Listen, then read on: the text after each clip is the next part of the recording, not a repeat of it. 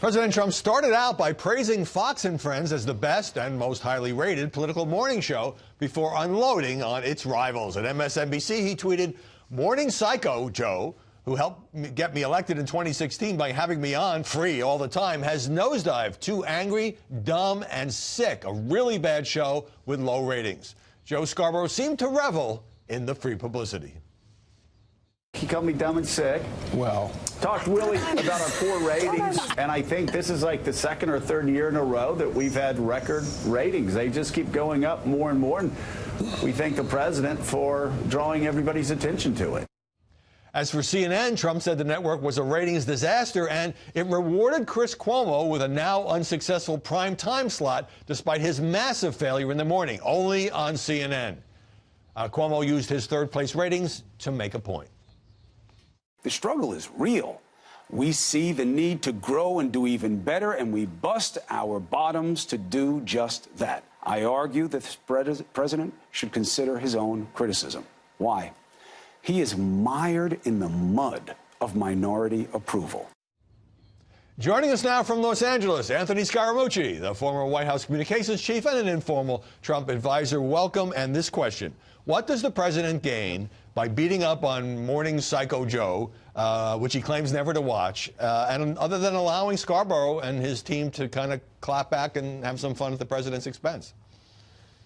Well, I think you saw it last night, Al. I mean, it was a vivid contrast. He's got a record-breaking crowd out in Green Bay, and then you've got a lot of people looking to fill their seats at the White House Correspondents' Dinner. And so he's in a full-blown war with the media, and I think they played into his hands in many ways. And so I think actually the president's winning that war. I mean, the Mueller report, some of the stuff inside it is actually sour, but the top-line headline is very good for the president, and most of the American people have moved on. So him tweaking the media like that, I think it drives them into further hysteria, which he plays very well to the base. And I talked to the president. Let me jump in. Okay, you say you talked to the president. Go ahead. No, I talked to the president on Easter Sunday, and you know his thing is he's going to move very, very hard on the base. And the quote from the president was, "The independents and the moderates will take care of themselves," meaning that the economy is very strong. The policies that he's put in place are working. They're very good common sense policies for the American people.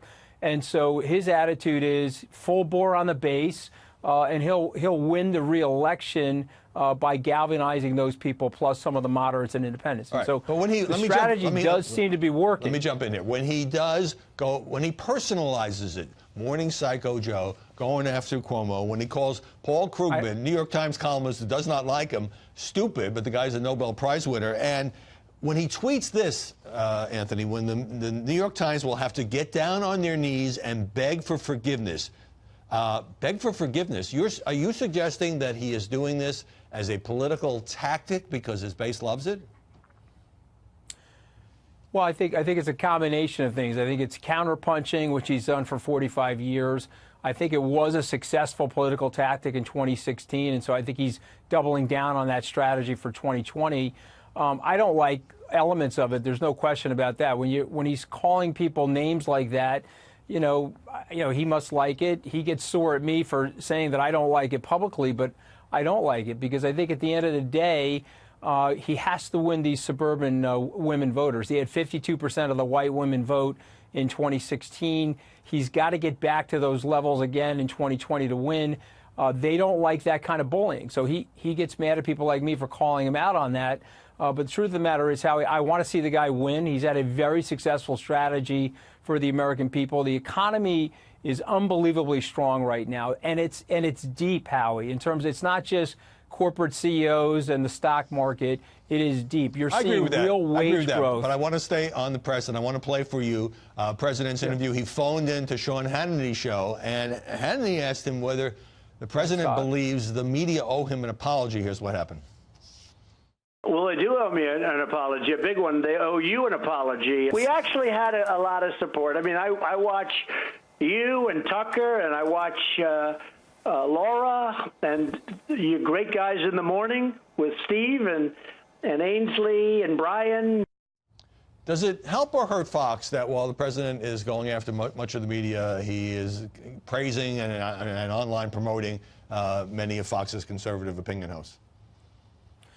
Well, I think Fox executives are concerned about it because they want to make sure that there's a separation, obviously, between the administration and, frankly, Fox. But I think in general it does help Fox because at the end of the day, his support base is galvanized around Fox, and you can see it in your primetime ratings, and it's obviously reflected in the morning ratings. And so I do think from a ratings point of view it helps him. But I want to go back to what we were talking about earlier, the personal attacks on the press. I think the president's strategy, he could be deploying the strategy and reducing the personal attacks on the press, and he would do better with a block of people that he's going to need to get to win re-election. And so on that point, if he wants to And on that point, I want to quote you, a column that you wrote in The Hill. You said the press, Mr. President, is not the enemy of the people. In many ways, you say the press is the savior of the republic. And look, you say the press is flawed, biased, self-righteous, sanctimonious, but is serving the purpose that the founders wanted. Clearly, you have not persuaded Donald Trump of this.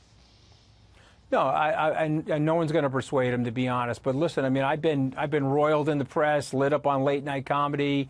I think I've got pretty good standing to say that the press is not the enemy of the people. If you go back to the foundational principles of the republic, the press is there to keep, people away from tyranny. The press is there to guard us from people in power and to, frankly, to hold them accountable. In addition to that, the free press makes our younger people very creative, Howie.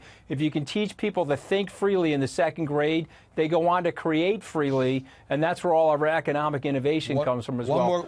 We're a big advantage to China related to that. One more quote from your piece. When the president rails about the press and suggests it is an enemy, he scares Americans. Are these people who you think he could potentially get to support him next year who are outside the traditional base?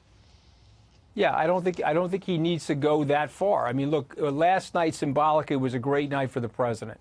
You've got the nerd prom, nerd to the 26th power, and a lot of vacant seats, and he's got a packed house in Green Bay, Wisconsin. So the president is winning. I would argue with the press to change strategies a little bit on the president. They're not going to apologize to him, but the president is an old-fashioned guy. He feels like that there's been too much bias against him, and if they toned it down a little bit, I think they could bridge the impasse. I think you could get him to come back to the White House Correspondents' Dinner, although he's never gone to one as president. I was there with him and Bill Shine, 3 or 4 years ago at one of the Fox tables. But here, if they calm it down, they can rebuild that relationship with the president, and I think that would be a good thing for the president as he's going into 2020. I would agree with you, but I probably disagree with. My concern is he would probably disagree with all that, by the way. Yeah, he probably would. And my concern is that both sides are so dug in what's become this war of words that it's difficult to change at this point. But always great to hear your viewpoint. Mooch, thanks very much. Good to see you. Appreciate it. Thanks.